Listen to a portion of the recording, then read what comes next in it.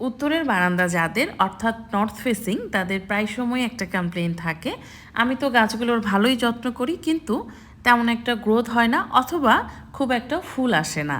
আসলে উত্তরের বারান্দাগুলো স্পেসগুলো সরাসরি সূর্যের আলো তেমন একটা আসে না, সূর্যের আলোটা সাইড থেকে এসে চলে যায়, মানে দেখা দিয়ে চলে যায় তির্যকভাবে। এ কারণে যেই গাছগুলোর খুব বেশি সানলাইটের প্রয়োজন সেগুলো আমরা অ্যাভয়েড করব। মাঝারি আলোতে সারভাইভ করে এমন গাছগুলো সিলেক্ট করলে আপনার বাগান সবুজে ভরে যাবে। নতুন বাগানীদের উত্তরের বারান্দা সাজাতে ছোট্ট একটা তালিকা চলুন দেখে নেই। তালিকার প্রথম গাছ হচ্ছে অ্যাগ্লোনিমা। অ্যাগ্লোনিমার জন্য খুব কড়া রোদের প্রয়োজন নেই, একদম ইনডিরেক্ট যে উজ্জ্বল আলোটা আসে সেটা অ্যাগ্লোনিমার জন্য যথেষ্ট।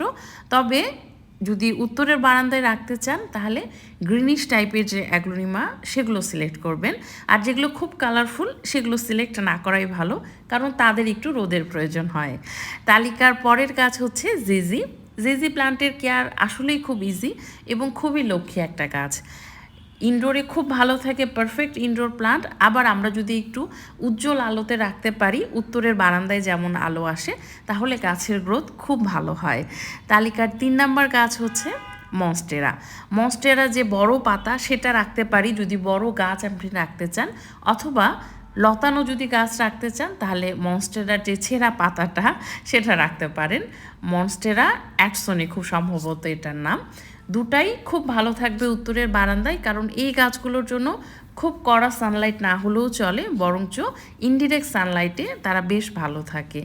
পরের গাছ হচ্ছে পাম জাতীয় গাছগুলো, অ্যারিকা পাম বা আমব্রেলা পাম যেগুলো থাকে, মানে পাম টাইপের যেই ইনডোর প্লান্টগুলো, হাউস প্লান্টগুলো আমরা লাগাই, যে কোনো একটা রাখতে পারেন, বড় সাইজের গাছও রাখতে পারেন, খুব ভালো থাকে।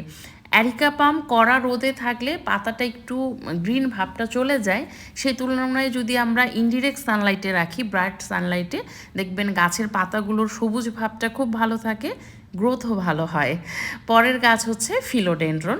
ফিলোডেনড্রনের প্রচুর ভ্যারাইটি আছে এবং সবগুলোই আপনি উত্তরের বারান্দায় রাখতে পারেন, কারণ ফিলোডেনড্রন এমন একটা গাছ, সে যদি ওয়েল ভেন্টিলেটেড জায়গা পায়, সরাসরি সূর্যের আলো নাও পায়, দেখবেন গাছের গ্রোথ খুব ভালো হয় এবং পাতাগুলো খুব ভালো থাকে। ফিলোডেনড্রন আমার খুবই পছন্দের একটা ইনডোর প্লান্ট, কারণ এটার যত্নও খুব কম। রিসেন্ট আমি ফিলোডেনড্রন নিয়ে একটা ভিডিও দিয়েছি, যারা দেখেননি দেখে নিতে পারেন। তালিকার পরের গাছ হচ্ছে ড্রিমিওপসিস কিরকি বা কটন বাট লিলি। নামটা একটু কঠিন, কটন বাট লিলি বলি। এই গাছটার জন্য খুব কড়া রোদের প্রয়োজন নেই, ইনডিরেক্ট ব্রাইট যে সানলাইটটা আসে সেটাতে গাছটা খুব ভালো থাকে। আনকমন একটা গাছ, পাতাটা একটু ছোপ ছোপ চিতাবাগের স্কিনের মতো, দেখতে ভালো লাগে এবং খুব আদুরে একটা গাছ। খুব একটা যত্নেরও প্রয়োজন হয় না, একবার সেট হয়ে গেলেই অনেক দিন পর্যন্ত আপনার বাগানে সে থেকে যাবে। তো এই ছিল উত্তরের বারান্দা সাজানোর জন্য ছোট্ট একটা তালিকা।